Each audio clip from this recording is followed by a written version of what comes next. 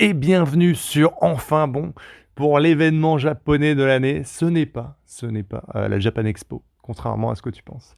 C'est bien le Grand Prix du Japon qui a eu lieu ce week-end avec la victoire, deuxième victoire d'affilée pour Kimi Antonelli après sa première victoire en émotion mais aussi en maîtrise la semaine dernière en Chine. Le voilà qui est le gosse de 19 ans qui nous remet le couvert et qui prend la tête du championnat désormais.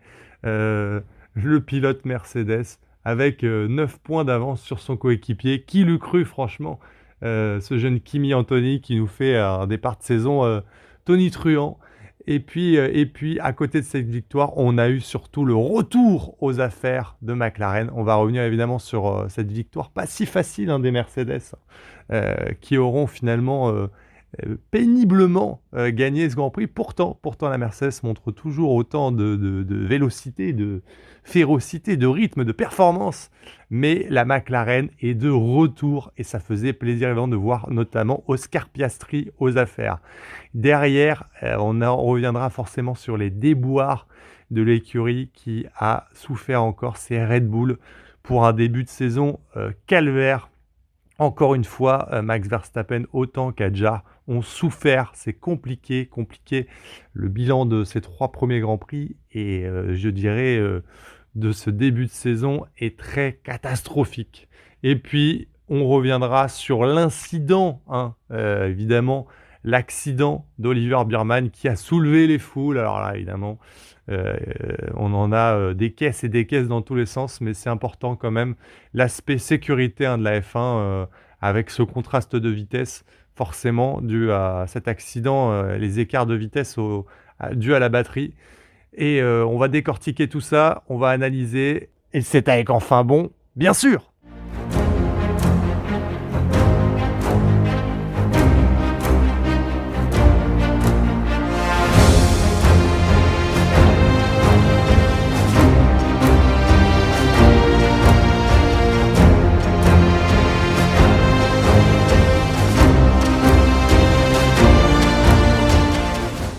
Et on attaque tout de suite avec la victoire de Kimi Antonelli. Donc à nouveau cette victoire après sa masterclass en Chine, tout en domination, malgré évidemment les petits déboires en qualification de George Russell en Chine. Là au Japon, encore une fois, il s'est imposé. Cette fois, pas de déboire, pas de solution annexe. Il était premier en qualif. Et là, George Russell n'a eu aucun problème. L'Italien qui s'impose en termes de vitesse. On se rappelle que Toto, il nous l'avait flairé pour ça, le gosse de 19 ans. Il a dit, j'ai regardé les datas et dans les virages, lui, il rigole pas. Bah écoutez, encore une fois, Kimi Antonelli qui est venu chercher la pole. Et les Mercedes qui sont encore venus imposer donc sur la grille un premier, deuxième avec 4 dixièmes d'avance sur Oscar Piastri et on y reviendra justement. Mais les Mercedes, pas si facile. Une victoire, certes, pour Kimi Antonelli, mais pas dans la simplicité. Il a fallu se batailler cette fois au Japon pour 2 raisons. La première, c'est évidemment que le Grand Prix du Japon laisse beaucoup moins d'opportunités de dépassement. Et c'est évidemment le deuxième enseignement, c'est que si tu rates ton départ, et ben pour toi, il faut redépasser tout le monde. Et là, c'est beaucoup plus compliqué qu'en Chine. Alors là, on a vu la vraie différence cette année par rapport quand même à l'année dernière. Par rapport aux voitures à effet de sol et tout ce qui toujours s'est fait au Japon. Alors déjà, le Grand Prix de Suzuka au Japon, c'est un des top circuits du monde. Il est exceptionnel, magnifique. Il est très exigeant aussi pour les pilotes en termes de virage, en termes d'intensité, en termes de pilotage tout simplement. Mais il laisse pas beaucoup d'opportunités de dépassement et ça a toujours été le cas. Et ça a toujours été un peu problématique, malheureusement, quand on est un petit peu englué dans le trafic, eh ben, on est puni sur ce circuit. Et là, les Mercedes, eh bien, encore une fois, vont louper leur départ, encore une fois. Et là, le pire départ, évidemment, pour Kimi Antonelli, qui va, au premier virage, se retrouver à la 6e place. Alors, on y revient. Alors, il est resté scotché, littéral, pour plusieurs raisons, mais il a beaucoup patiné. Donc là, on est même en dehors du cadre de la recharge de batterie, parce que vous savez que pendant les tours de procédure, pendant le tour de formation, ils vont essayer de charger un tout petit peu leur batterie, les pilotes, pour pouvoir avoir un petit peu de batterie pour sur la grille pouvoir mettre ce petit coup d'accélérateur supplémentaire pendant le départ, qui évidemment va être crucial pour permettre de gagner des positions. Et s'il y en a qui ont des batteries à 0%, hein, c'était le cas de Max Verstappen qui expliquait qu'il faisait du surplace, bah, ça faisait un gros différentiel. Seulement là, il y a eu un problème, non pas de batterie, mais plutôt de patinage pour l'Italien qui va rester sur place et au premier virage se retrouver à la 6e position. Et là, forcément, c'est plus du tout le même Grand Prix pour lui.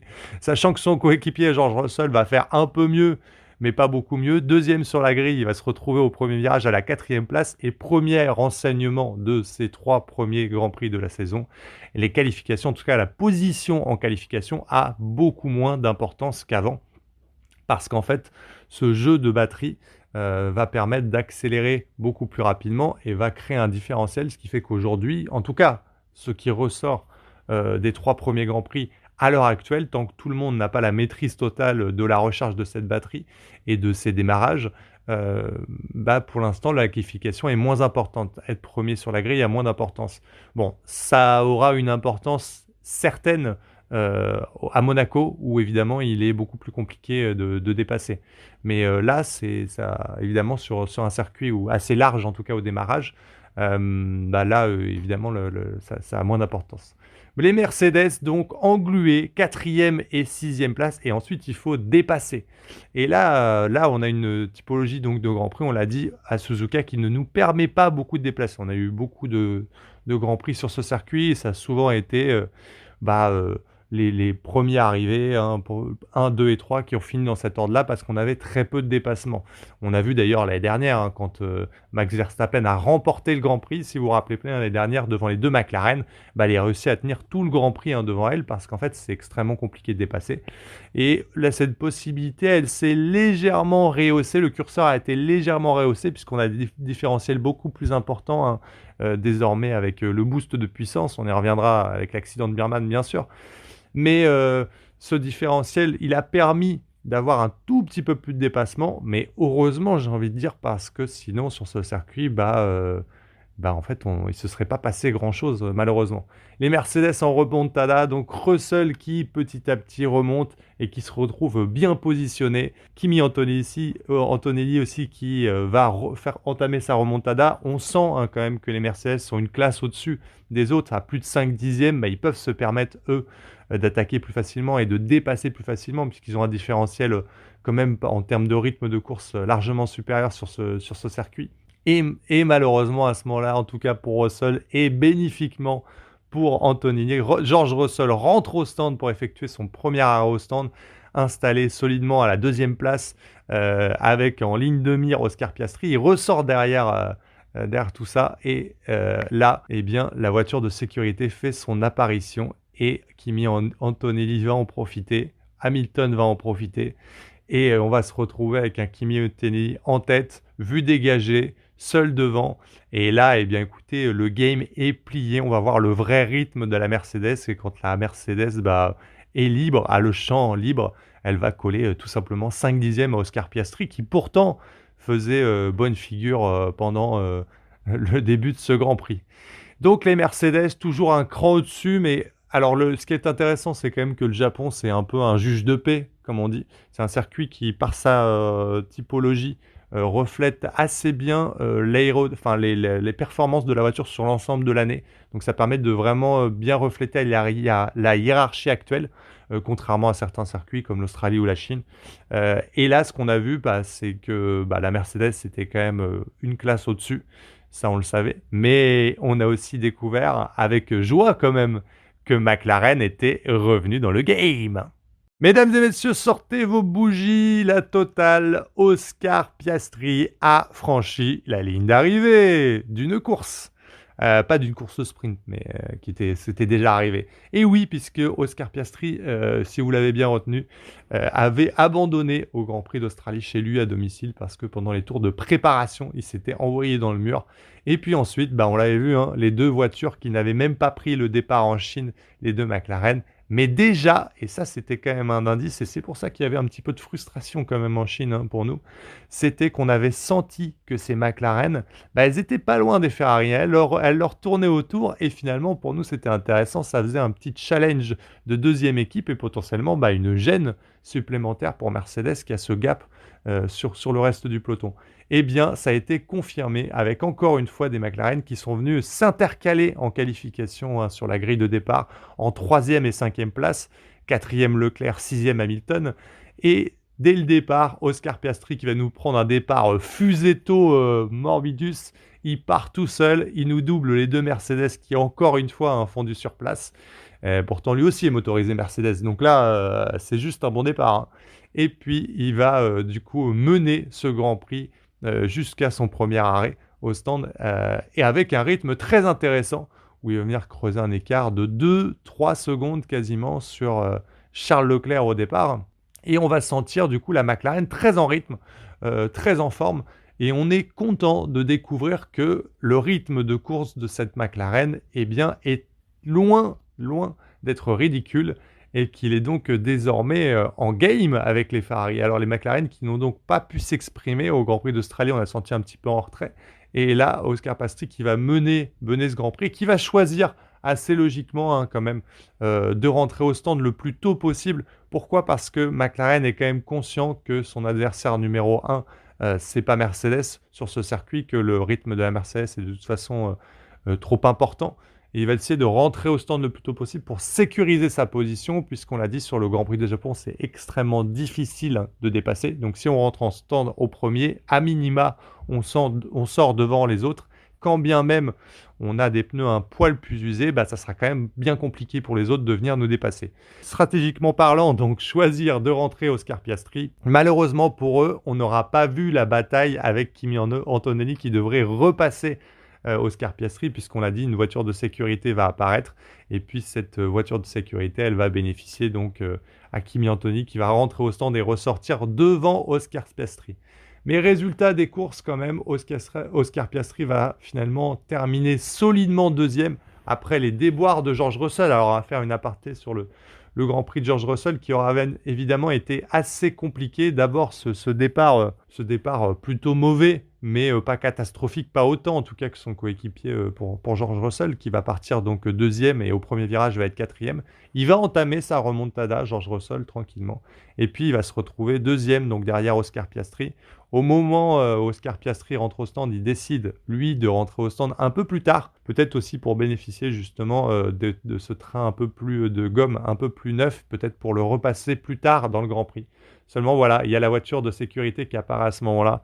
Et la problématique pour lui, c'est que Lewis Hamilton va ressortir juste derrière lui. Et Kimi Antonelli, surtout, va ressortir devant lui. Et ça, c'est un peu la cata pour lui. Lui qui aura fait un meilleur départ, qui avait un bon rythme pour venir potentiellement chercher la victoire. Il se retrouve à nouveau troisième à ce moment-là. Et là, il va avoir il va louper tout simplement son départ de relance. Il va se faire doubler par Lewis Hamilton. Et puis ensuite, il va connaître un nouveau problème, cette fois un problème de batterie assez cocasse la scène, où à l'arrêt littéral, ou en tout cas sans batterie, George Russell se fait déposer par Charles Leclerc. Et puis il va récupérer sa batterie, seulement voilà, George Russell il va être coincé derrière Leclerc. Alors, il va dépasser Lewis Hamilton, comme Leclerc va le faire d'ailleurs. Seulement voilà, il va terminer à la 4e place et il laisse filer son coéquipier donc à la première place du championnat et avec une petite avance, un petit matelas, pas grand-chose, mais un début de quelque chose quand même. Et puis, il ne faut pas oublier la performance non plus de Lando Norris, qui a connu un week-end légèrement tronqué, une séance off complet où sa voiture n'a pas démarré. Il n'a pas pu avoir autant de temps de roulage et de réglage que les autres. Et pourtant, il va quand même venir s'offrir le scalp de Lewis Hamilton dans les derniers tours.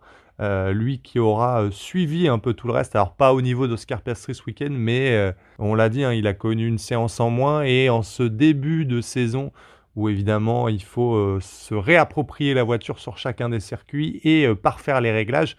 Une séance en moins, c'est très très très punitif. Ça va l'être tout au long de la saison, le temps que tout le monde prenne en main ses bolides, ses nouveaux réglages et puisse s'habituer en fait tout simplement dans cette nouvelle réglementation. Difficile d'occulter évidemment ce début de saison très, très compliqué, pour Max et pour Red Bull. Un jour de deuil littéralement encore, ce week-end pour Max qui s'est fait éliminer en Q2 encore une fois.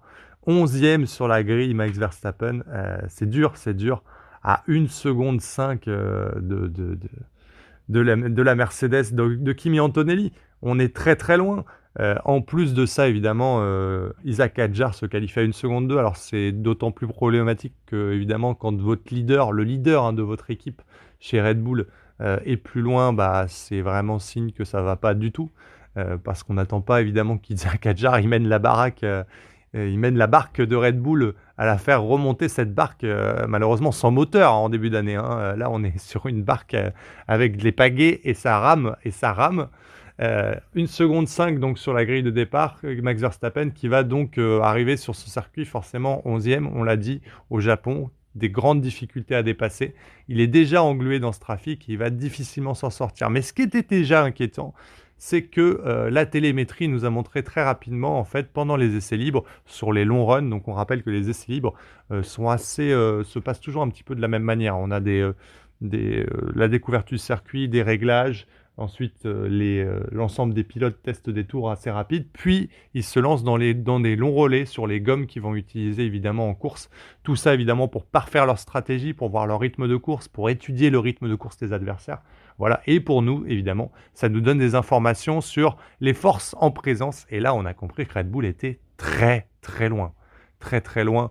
6e, 7e force du plateau, le rythme n'était pas du tout présent. Alors, il a été quand même meilleur, je trouve, que le rythme qui avait apparu en essai. Donc, à mon avis, les réglages ont été un peu parfaits pour la course. Seulement, voilà, Max Verstappen, il va entamer sa remontada jusqu'à se heurter à Pierre Gasly. Alors déjà, pas vraiment en mesure de revenir sur Pierre Gasly à 3-4 secondes. Le rythme de Pierre Gasly, impressionnant de l'Alpine, on l'a dit.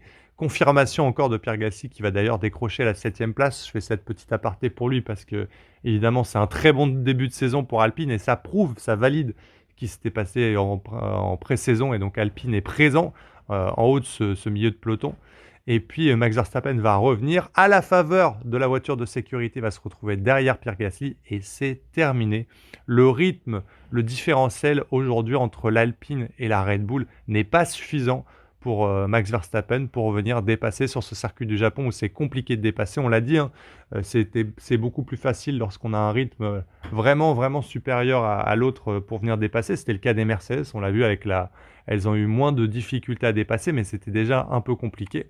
Mais lorsqu'on a un différentiel trop proche, quelques dixièmes seulement plus rapide que la voiture qui nous précède, eh bien c'est trop compliqué pour Max Verstappen et pour Red Bull. Résultat donc de cette course pour Max qui finit à la 8e place. Alors voilà, c'est une triste 8e place où il rapporte 4 petits points et surtout il est loin, loin, loin, loin des leaders, vraiment pas du tout en mesure, coincé derrière ce début, ce meilleur milieu de peloton. Et la Red Bull aujourd'hui, c'est presque sa place parce que pour l'instant en qualification, elle n'est pas capable de sortir du lot, pas capable de se qualifier plus haut.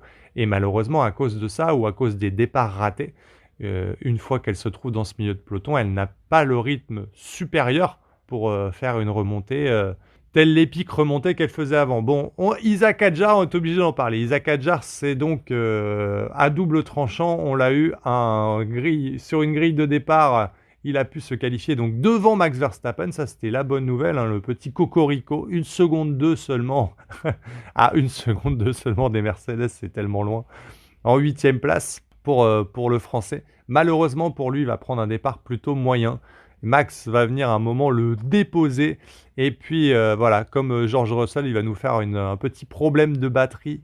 Et il va venir se faire dépasser aussi par Esteban Ocon. Et dès lors qu'il va venir se retrouver dans ce trafic, englué dans ce trafic, il ne va plus bouger. Des grosses difficultés pour Isaac Hadjar qui va passer une grosse partie de son début de Grand Prix derrière Liam Lawson, qui ne va pas arriver à s'en défaire malgré un rythme légèrement supérieur, mais on le dit, au Japon, difficile de dépasser. Et il va terminer cette course, malheureusement, Isaac Hadjar à la 12e place, pardon, excusez-moi, le temps que je vérifie, parce que je savais qu'il était hors des points. Et voilà, Résultat des courses pour Red Bull, on est très mal. 8e, 12e, 4 petits points de prix. Et pendant que McLaren réussit un top week-end, puisqu'on l'a dit, McLaren a réussi à terminer 2e et 5e, s'offre 28 points. Ça a été le deuxième meilleur score, derrière évidemment les intouchables Mercedes avec 37 points ce week-end. Les Ferrari ont fait 23. Eh bien Red Bull en marque 4. Red Bull a 16 points au classement du championnat du monde. Et malheureusement, le problème, c'est que pendant ce temps-là, McLaren est passé à 46, donc est parti. La situation, évidemment, elle est dramatique en l'état actuel. Parce que quand bien même Red Bull serait un peu en retrait en 4e force du plateau, c'est OK. Mais là Red Bull, en fait, est à la limite d'être dans ce milieu de peloton. Elle est tout juste au-dessus de ce milieu de peloton, mais tout juste. Et aujourd'hui, elle souffre en qualification, elle n'arrive pas à se qualifier plus haut. Et elle est engluée dans ce trafic du milieu de peloton. Il faut absolument, pour Red Bull, ce sera crucial évidemment d'arriver avec des évolutions majeures qui paient à Miami. Le problème, c'est évidemment toutes les écuries vont en amener. Il va vraiment falloir que Red Bull fasse un bond en avant. Après, on sait que l'écurie autrichienne, elle est pétrie de talent chez les mécaniciens. Mais là, c'est le moment pour eux vraiment de faire un bond en avant parce que sinon la saison va être extrêmement longue. Ça parle déjà évidemment de départ de Max, évidemment qui a le blues sur ses voitures qu'il n'aime pas du tout, autant sur la batterie que la manière d'utiliser super clipping, hein, ce relâchement pour reprendre de la vitesse. Et donc déjà, il y a des prémices de départ de Max Verstappen. Alors, ce départ, on le sait puisqu'il était déjà avancé, mais pas forcément en lien avec la voiture. Max, il avait dit à un moment, moi je suis pas en train de faire la course au championnat, j'en ai 4, c'est super. Moi mon but c'est pas d'en avoir 7-8, donc c'est pas tant avoir la meilleure voiture du circuit, hein, du plateau. Mais il l'avait dit, moi j'ai d'autres choses à faire, au bout d'un moment j'aurais fait le tour de la Formule 1 et ça m'ira et je me retirerai et ça sera peut-être avant 30 ans. Il s'en approche, son contrat il court jusqu'à 2027. Si la Red Bull elle est comme ça jusqu'en 2027 et qu'il a plus la flamme et qu'il n'est pas emballé par ses voitures, ce qui est le cas actuellement, Max Verstappen il partira. Moi je le pense, hein, mais la Formule 1 elle continuera, mais on aura perdu évidemment un grand champion. Alors ce qui est évidemment embêtant actuellement, c'est qu'on a envie de voir Red Bull quand même refaire un bond en avant parce que on le sait, c'est probablement le meilleur pilote du plateau, Max Verstappen. Et le voir évidemment dans cette voiture autant en difficulté, on ne profite pas pleinement de son talent actuellement en ce début de saison. Bon, les velléités de départ, tout ça c'est bien, mais on va revenir sur l'événement de ce week-end évidemment et qui va rentrer dans une analyse globale, hein, de ce début de saison. L'accident d'Oliver Biermann. Alors évidemment, on en aura entendu parler sur tous les réseaux et évidemment sur tous les forums, tous les commentaires acerbes sur la F1 actuelle. Voilà, évidemment toujours dans la mesure, hein, on adore dans cette ère. Voilà, accident d'Oliver Biermann qui va venir donc pour retranscrire en pleine vitesse sur Franco Colapinto. Et au moment où Franco Colapinto est en train de recharger sa batterie et donc réduit sa vitesse puisqu'il est en train, à l'approche d'un virage rapide, en train de recharger complètement sa batterie, Oliver Biermann qui est à l'aspiration et qui va lui utiliser sa batterie et du coup ça va créer un différentiel énorme. Seulement voilà, à ce moment-là, Franco Colapinto va légèrement refermer la porte et dans la panique, Oliver Biermann va tellement plus vite avec ce boost par rapport à quelqu'un qui est en train de recharger sa batterie, une différentielle de 45-50 km/h presque. C'est énorme pour une tentative de dépassement. Et bien dans la panique, il va venir se décaler à gauche, rentrer dans l'herbe, percuter l'ensemble des signalétiques et venir donc partir en tête à queue et percuter le mur. Bon, évidemment, c'est un accident malheureux. Il y a évidemment deux choses qui sont mises en cause. La première, je pense que c'est que Franco Colapinto a refermé la porte, a fait une manœuvre un peu dangereuse, qu'il le veuille ou non, qu'il ne l'ait pas anticipé avec ce différentiel de vitesse.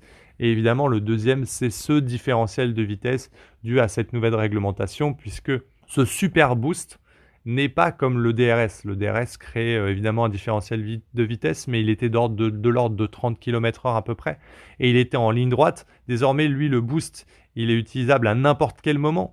Et donc là, on l'a vu, quand des pilotes sont pas prêts, hein, tout simplement. On a assisté à ce qui était redouté, c'est-à-dire un accident majeur parce qu'en fait, aujourd'hui, le différentiel peut être énorme et les pilotes ne sont pas prêts à anticiper ça. Quand on voit quelqu'un dans son rétroviseur et qu'on ne sait pas si encore il a démarré sa manœuvre, à peine on le voit démarrer sa manœuvre et s'il fait le boost, il est déjà à vos côtés en fait. Et vous, vous l'avez pas vu, vous êtes déjà en train de refermer la porte. Donc voilà, en fait, c'est à quel point on ne peut pas aller plus vite que les réflexes des meilleurs pilotes du monde. C'est un peu le problème en ce moment. Alors ça a révélé évidemment ce problème majeur, mais ce problème qu'on a vu, hein, c'est un différentiel énorme, mais il est corrigeable en fait, parce qu'aujourd'hui, on a le contrôle total sur ce boost de batterie. Donc si on a envie de réduire la puissance de cette batterie pour offrir en fait un boost de vitesse inférieur à ça, eh ben on peut. Donc il n'y a pas besoin d'en faire des caisses, je trouve, sur oh là là, mais la F1 c'est devenu vraiment Mario Kart, c'est n'importe quoi. En fait, on a la possibilité de corriger ce problème. C'est pas un drame. On réduit simplement la puissance de ça et on aura un différentiel moins important lorsque quelqu'un va utiliser ce boost. C'est aussi d'ailleurs ce qu'on voyait pendant les dépassements. On voyait en fait à quel point il y avait une facilité de dépassement parce que le boost était trop important. On l'a vu encore dans la ligne droite au Grand Prix du Japon, mais on l'a vu finalement pendant l'ensemble de ces 3 premiers Grands Prix de la saison, donc pendant ce début de saison avec cette nouvelle réglementation. Encore une fois, pour corriger le tir, on réduit, je pense, cette puissance et c'est fait. En fait, on garde ce boost qui est toujours intéressant, qui, je trouve, justement procure cette possibilité de dépasser à n'importe quel endroit et utilise pour le coup la vraie stratégie des pilotes. On l'a encore vu, hein, je suis désolé, mais on a vu des dépassements, redépassements, on a eu l'utilisation justement stratégique de cette puissance pour redépasser des adversaires. Et on a trouvé encore que le Grand Prix du Japon, en termes de course en tout cas, était plus intéressant que les courses précédentes. Et c'est ça qu'il faut retenir, je pense. Parce que, encore une fois, on a choisi cette réglementation parce qu'il y avait des problèmes de dépassement, il y a des problèmes d'usure de pneus lorsque des pilotes se suivaient. Mais regardez le Grand Prix. Enfin, là, on a des voitures qui se suivent à moins d'une seconde et qui le font sur des tours et des tours. Si vous regardez, il faut essayer de remettre les choses dans leur contexte. On ne peut pas oublier toutes les années qui ont précédé. Regardez pendant toutes ces années des voitures à effet de sol, lorsque des voitures elles se suivaient 1, 2, 3 tours grand maximum. Ensuite, ils n'avaient plus de pneus. Ils recevaient un ordre à la radio de leur ingénieur qui disait écoute, il faut absolument que tu recules parce qu'il faut que tu laisses refroidir tes pneus. Et les voitures freinaient, elles se retrouvaient à 2 secondes et on voyait un train-train se faire comme ça parce qu'ils ne voulaient pas user leurs pneus. Ça, c'est la vérité de la Formule 1 qui a eu lieu pendant des années précédentes, hein. C'est ça qu'on a eu pendant des années et c'est ce qui a mené à cette réflexion et c'est ce qui mène actuellement à cette batterie. Alors, cette batterie, elle n'est pas parfaite, ça c'est sûr. Néanmoins, là, moi, actuellement, ce que j'ai vu, c'est un Grand Prix où des voitures se suivent et peuvent se dépasser. Et c'est le plus important. Bon, on va rentrer dans les moins et les plus, évidemment. On l'a vu, le moins, c'est ce différentiel de vitesse qui pose des problèmes de sécurité majeurs. D'abord au départ, ensuite pendant les manœuvres de dépassement. Et je pense qu'il faut le régler. Bon, pour moi, le plus simple à régler, c'est en effet de diminuer sa puissance. Ça, c'est un premier. Le deuxième aspect, le plus négatif qu'on ait eu à régler, et évidemment il est pour l'instant très problématique, il faut se le dire, c'est les qualifications qui ont complètement perdu de leur valeur. Déjà parce qu'on l'a vu sur la grille actuellement, avec les différentiels de puissance électrique que certains ont gardé, en fait, qu'ont réussi à garder pendant le tour de formation. On a des gens qui ont 20-30% de batterie, d'autres qui sont à zéro. Ils viennent les déposer alors que l'un est 12e, l'autre est 8e. Les places sur la grille, elles perdent complètement de leur valeur. On l'a dit, mais Kimi Antonelli parti premier et qui finit 6e, qui finit 6e au premier virage. Enfin, voilà. Donc la grille, en fait, a beaucoup moins de signification. Et la qualification en elle-même a aussi beaucoup moins de signification dans l'essence même de ce que c'est une qualification. Un tour de qualification, c'est à 100%. Or, aujourd'hui, malheureusement, c'est qu'aujourd'hui, la vitesse, elle se fait dans les lignes droites avec ce moteur. Et en fait, on profite des virages qui vont amener en fait, à cette ligne droite pour recharger, pour baisser le pied en fait, lever le pied et lever le pied va permettre de recharger cette batterie pour ensuite utiliser pleinement sa batterie cette ligne droite et ça va nous permettre de faire un meilleur temps. Donc aujourd'hui, la stratégie des pilotes, c'est de lever le pied légèrement dans les virages pour avoir une meilleure vitesse en fond de ligne droite et gagner de temps à faire un tour plus rapide. C'est skipper. Or, malheureusement, dans l'essence même de la F1, un tour de qualification, il doit être à fond. Et pour qu'il soit à fond, être à fond dans une ligne droite, c'est pas bien compliqué. Par contre, être à fond dans un virage, ça c'est compliqué. Il faut trouver un juste milieu. Avec les voitures à effet de sol, on avait amené énormément de vitesse dans les virages et c'était le challenge. On avait dit on va régaler en fait les pilotes. On a régalé les pilotes. Le problème c'est que nous on s'est fait vite chier et qu'on s'est rendu compte que les pilotes emmenaient plus de vitesse dans les virages, c'était super pour les qualifs. Le problème c'est qu'en course on avait perdu beaucoup. Donc en fait on a switché de problème. On n'a plus des qualifs intéressantes. En revanche maintenant on a des courses intéressantes. Je pense qu'on a complètement la capacité, c'est pas si compliqué, de complètement revoir la manière dont le règlement est fait entre la qualification et le format course. Aujourd'hui, pendant le format qualification, on peut totalement décider de ne pas utiliser, par exemple, de bloquer éventuellement l'utilisation de la batterie à certains endroits, peut-être dans des lignes droites, peut-être à partir de certains moments. Un peu comme on l'a fait finalement avec le DRS, mais à l'envers.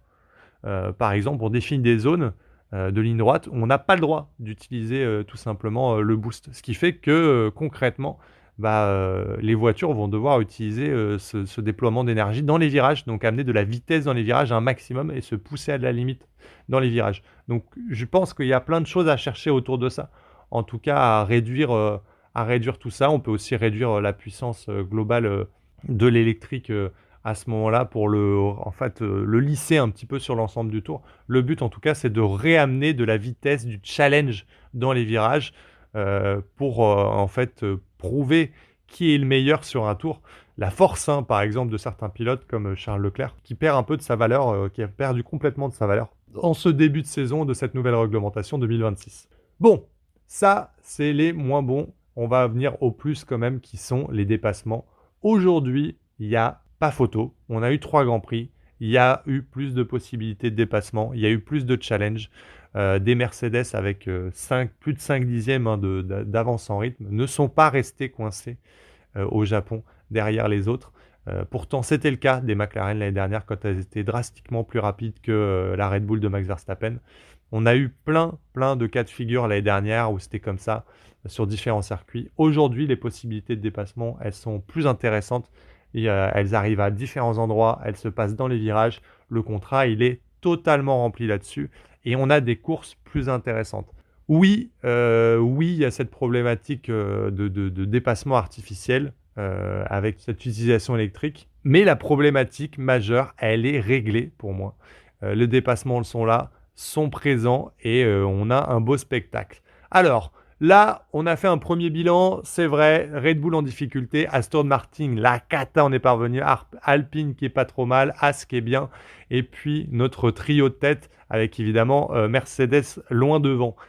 Que va-t-il se passer à Miami? Là, il va falloir ouvrir vos écoutilles au maximum parce qu'on débarque à Miami donc dans un mois, plus d'un mois, un mois, une semaine, je crois, puisqu'on a l'annulation de 2 Grands Prix. Et là, ça va tout changer. Fred Vasseur l'a dit et ça, il va falloir être bien à l'écoute. C'est un nouveau championnat qui débute parce qu'en un mois, une semaine, tout le monde va arriver avec des évolutions majeures. Tout le monde a compris, s'est imprégné un petit peu de cette nouvelle réglementation, a compris quelle évolution il fallait apporter et on risque d'avoir une grille assez différente de ce qu'on a eu en fait depuis le début de saison. Donc on a hâte de débarquer à Miami dans cette presque deuxième partie de championnat, de début de championnat qui démarre et on va voir si Ferrari revient, si McLaren revient, on l'espère si Red Bull refait son retard et revient dans le game avec notre quator, si le peloton se resserre tout simplement, et si Aston Martin, qui a réussi à terminer son premier Grand Prix avec Fernando Alonso, il a passé la ligne, ça y est, un premier Grand Prix fini pour le cataclysmique départ d'Aston Martin cette saison, va revenir aussi dans ce milieu de peloton à minima, et ben voilà, on se revoit à Miami, on va déguster cette deuxième partie de début de saison ensemble et ça sera avec enfin bon, bien sûr!